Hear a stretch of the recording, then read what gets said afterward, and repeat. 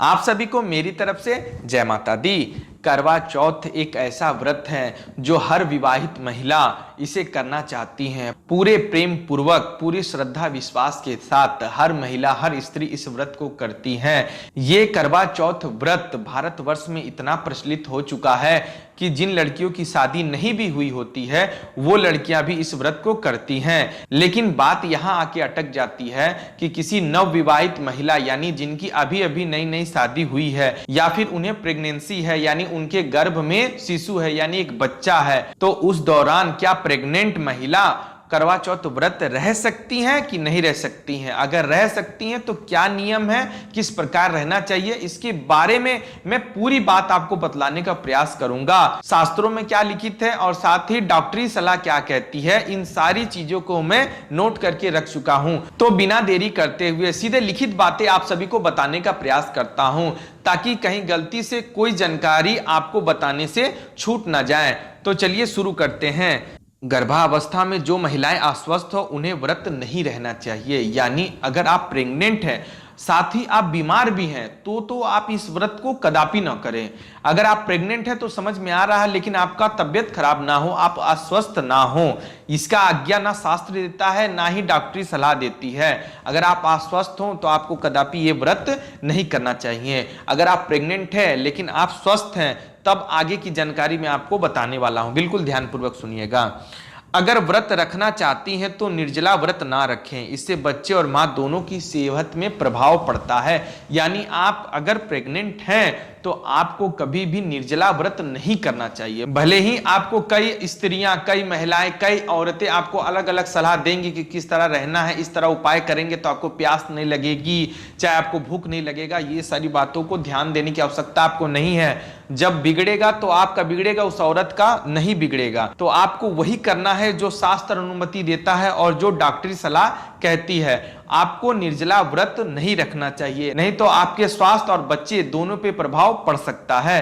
तो आप निर्जला व्रत करने की कोशिश कदापि न करें। और आप व्रत शुरू होने से पहले सर्गी के दौरान एक बड़ा गिलास, यानी बड़ा गिलास, छोटा गिलास नहीं, एक बड़ा गिलास गाय का दूध अवश्य पी लें।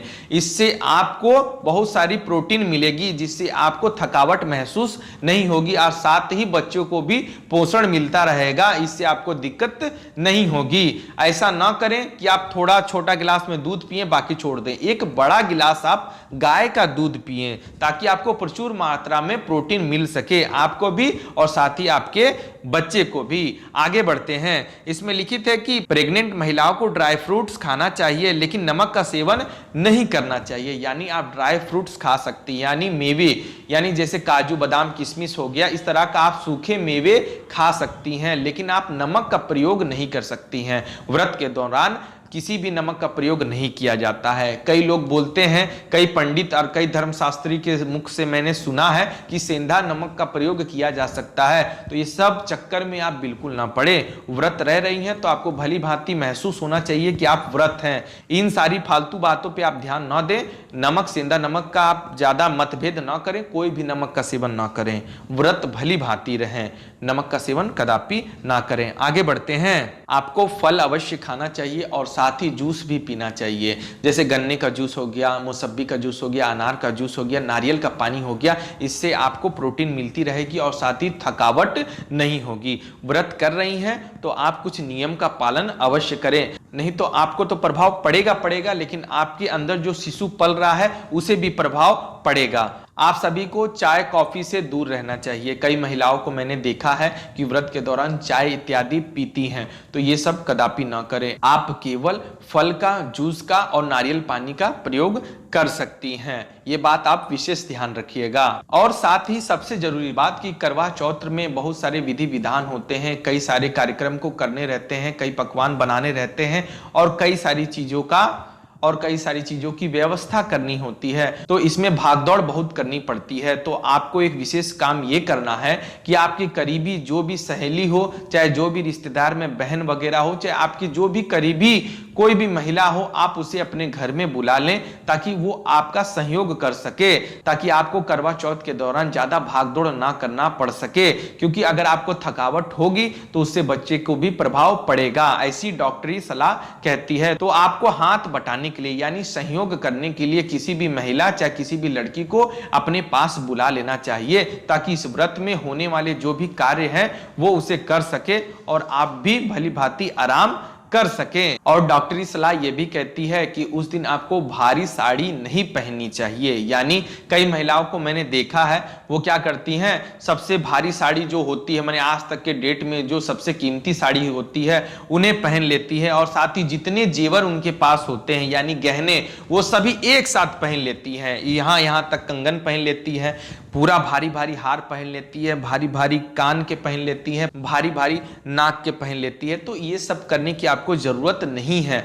आप अगर स्वस्थ अवस्था में होती, अगर आप गर्भवती नहीं होती यानी आप प्रेग्नेंट नहीं होती, तो उससे भी अधिक चीजें आप पहन सकती हैं, इसमें कोई भी दो राय नहीं है। लेकिन आप प्रेग्नेंट है तो कुछ नियम का पालन आपको अवश्य करना चाहिए, क्योंकि सावधानी हटी दुर्घटना घटी जैसी बात सामने आ सकती है। इसी के लिए आप हल्की साड़ी पहनने का प्रयास करें और साथ ही वही जेवर यानी वही गहने पहने जो अति आवश्यक हो। जब एक बार आपका शिशु यानी आपका बच्चा जब वो धरती पे आ जाएगा तो आप अगले वर्ष जो भी आपकी इच्छा हो वो आप पूरा कर सकती हैं, लेकिन आप उस अवस्था में नहीं है तो आपको इन चीजों का परहेज करना चाहिए। इस बात को आप विशेष ध्यान रखिएगा। देखिए, कहने के लिए कई महिलाएं कई औरत आपको कई तरह की सलाह देंगी, लेकिन अगर आपको उस सलाह से अगर कोई दिक्कत हो गई तो वो औरत सबसे पहले आपको छोड़ के भाग जाएगी, बाद में कहेगी मेरा काम था कहना और आपने कर दिया, जरूर कुछ लापरवाही की होगी तब आपसे ये अनहोनी हो गई।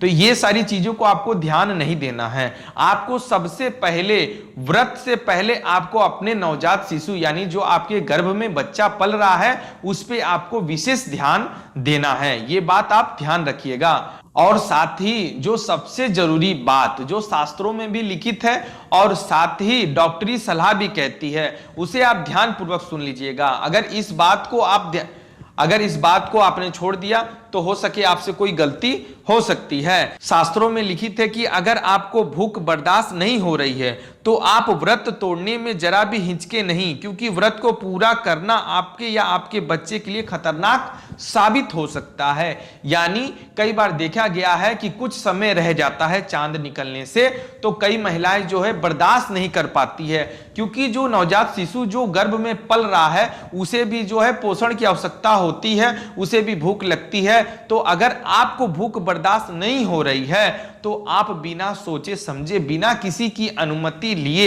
आप इस व्रत को भगवान से प्रार्थना करते हुए यानी आप भगवान से क्षमा प्रार्थना करते हुए इस व्रत को तोड़ सकती हैं, इसमें दो राय नहीं है। अगर आप कुछ देर के लिए बर्दाश्त करते करते अगर आप इस व्रत को कर भी ले रही हैं और अगले दिन अगर आपको कुछ नकारात्मक प्रभाव देखने को मिलेगा तो आप इस घटना को जीवन भर नहीं भूल सकती हैं।